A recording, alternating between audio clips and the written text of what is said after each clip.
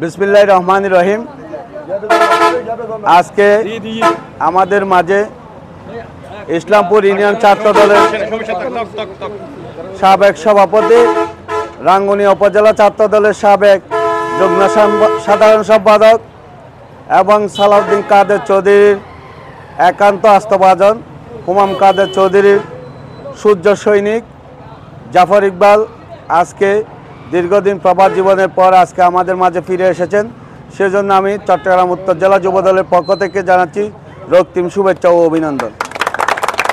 যেহেতু জাফর দীর্ঘদিন প্রবাসে থাকলেও তার অন্তরের আন্তরিকতা ছিল বাংলাদেশে ইসলামপুরের ছাত্র দলের, যুব দলের, স্বেচ্ছাসেবক এবং শ্রমিক দলের সবার সাথে যে তার বিএনপির নেতৃবৃন্দদের সাথে তার যে সুসম্পর্ক ছিল, সেই সুসম্পর্কের জন্য আজকে নেতাকর্মীরা তাকে আগমন উপলক্ষে তাকে এনে যে শুভেচ্ছা জানিয়েছেন, সেজন্য জাফর ইকবালের পক্ষ থেকে আমি নেতাকর্মীদের কাছে কৃতজ্ঞতা এবং ধন্যবাদ জানাচ্ছি।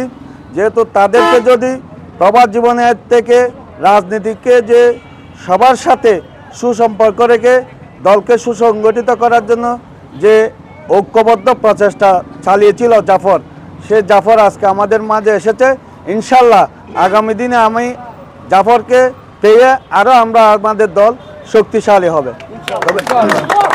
তবে একটা কথা আমি আপনাদের উদ্দেশ্যে বলতে চাই, আমাদের নেতাকর্মীদের, যেহেতু এটা রমজানের মাস, সবাই রমজানের পবিত্রতা 5 ওয়াক্ত নামাজ পড়বেন, রোজা রাখবেন, আর অন্যায় যেখানে সেখানে আমাদের নেতাকর্মীদেরকে প্রতিবাদ করতে হবে। যেহেতু এখানে আমাদের অনেক নেতাকর্মী অবহেলিত এবং সবাই যে মানুষের কাছে বলছে আমাদের দলের নাম দিয়ে যাতে কেউ চাঁদাবাজি, সন্ত্রাসী করতে না পারে এবং মাদক ব্যবসার সাথে কেউ যাতে জড়িত হতে না পারে, সে ব্যাপারে ছাত্র দলের ভূমিকা থাকতে হবে এবং আমরা নেতাকর্মীরা সেই ব্যাপারে সবাইকে সচেষ্ট থাকতে হবে।